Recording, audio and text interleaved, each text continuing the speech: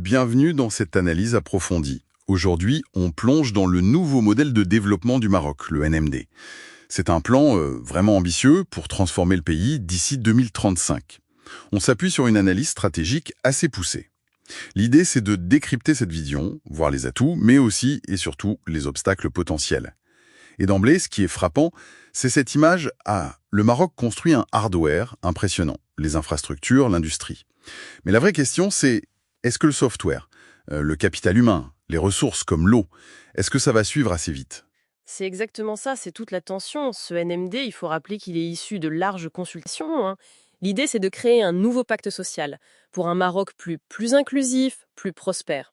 C'est pas juste de l'économie, en fait. Ça vise à répondre aux attentes des citoyens, à restaurer une certaine confiance. Et les chiffres annoncés y donnent le vertige. Doubler le PIB par habitant d'ici 2035.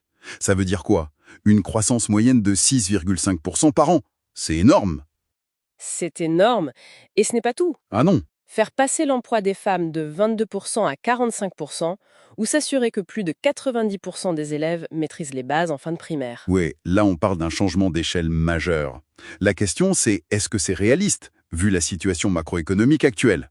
Alors, sur le plan macro, il y a des signaux encourageants. On prévoit une croissance autour de 4% pour 2025-2026. L'inflation semble maîtrisée, sous les 2%. D'ailleurs, S&P a relevé la note souveraine à BBB-. Ça, c'est un bon signal pour les investisseurs. Ça indique une qualité jugée correcte. Mhm. Mais, car il y a un mais, la structure reste fragile. On l'a dit, l'économie dépend beaucoup trop de l'agriculture. Et donc des sécheresses? Exactement. Et ça, c'est récurrent. Les déficits publics et courants, même s'ils sont contenus, ils reflètent toujours cette dépendance, notamment énergétique et alimentaire. Alors justement, pour diversifier, le Maroc mise gros sur certains secteurs industriels. L'automobile, par exemple. Ah oui, l'automobile, c'est devenu le premier secteur exportateur. L'objectif, c'est d'atteindre une capacité d'1 million de véhicules par an. C'est considérable. Et l'aéronautique aussi, qui suit une belle croissance. Tout à fait. Mais le gros défi maintenant, c'est de passer à l'industrie 4.0, intégrer l'Internet des objets, l'IA, Et ça demande des compétences. des compétences radicalement nouvelles, oui. Et c'est lié à une autre révolution en cours, l'énergie. Ah oui, l'énergie, un point clé. On part de loin, plus de 87% de dépendance énergétique. L'objectif, c'est d'arriver à 52% de capacité électrique renouvelable d'ici 2030. Et c'est là qu'on voit cette stratégie un peu de vulnérabilité offensive, comme vous disiez. Transformer la contrainte en atout. Et le pari le plus audacieux dans ce domaine? C'est clairement l'hydrogène vert. Avec l'offre Maroc, l'idée, c'est d'attirer, tenez-vous bien, 32 milliards de dollars d'investissement. 32 milliards? Oui, pour faire du Maroc un leader mondial et un exportateur vers l'Europe en misant sur le soleil et le vent. D'accord. Et pour faire tourner tout ça, industrie moderne, énergie verte, il faut le numérique et la stratégie digitale Marocco 2030. C'est ça, moderniser l'administration, les gouvernements, booster l'économie numérique avec des programmes comme 212 Funders pour les startups. Et surtout, former les gens. Vous parliez de compétences. Exactement. Il y a un plan pour requalifier 50 000 personnes pour ces nouveaux métiers du digital. C'est crucial. Tout ce développement interne, ça s'appuie aussi sur une position géostratégique forte. Ah oui, le Maroc est devenu une destination majeure pour le nearshoring, la délocalisation proche et l'outsourcing. Il est deuxième en Afrique.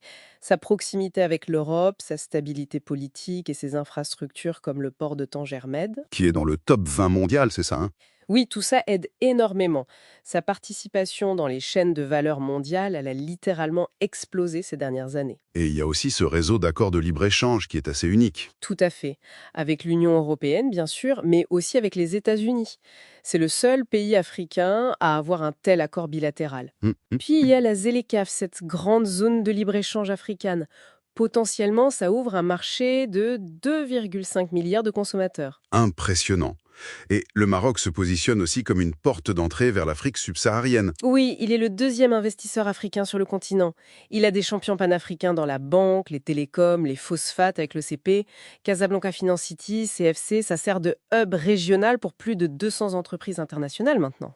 Et il y a ce projet fou de gazoduc Nigeria-Maroc. Ah, le projet titanesque. 6000 km, 25 milliards de dollars. Ça incarne vraiment cette ambition d'intégration régionale sud-sud. Ok, donc le hardware, les infrastructures, la vision stratégique, c'est là. Mais revenons aux fragilités, au software. Et la plus critique, c'est l'eau. Oui. Le stress hydrique. C'est la vulnérabilité numéro une. Les ressources en eau par habitant chutent dangereusement. On va bientôt passer sous le seuil de pénurie absolue de 500 mètres cubes par an. Et les conséquences? Elles sont partout. Sur l'agriculture, évidemment, mais aussi l'industrie, le tourisme et même l'approvisionnement en eau potable des villes. Ça oblige à investir massivement dans le dessalement. Ce qui coûte cher et consomme beaucoup d'énergie. Voilà. C'est un cercle vicieux potentiel. C'est le premier talon d'Achille. Et le second? Le capital humain. On y revient. Malgré des réformes, le système éducatif peine, vraiment peine, à fournir les compétences nécessaires pour cette économie moderne, cette industrie 4.0 qu'on évoquait. Il y a des initiatives, comme les nouvelles écoles pionnières qui utilisent des méthodes comme le TAER, l'enseigner au bon niveau de l'élève.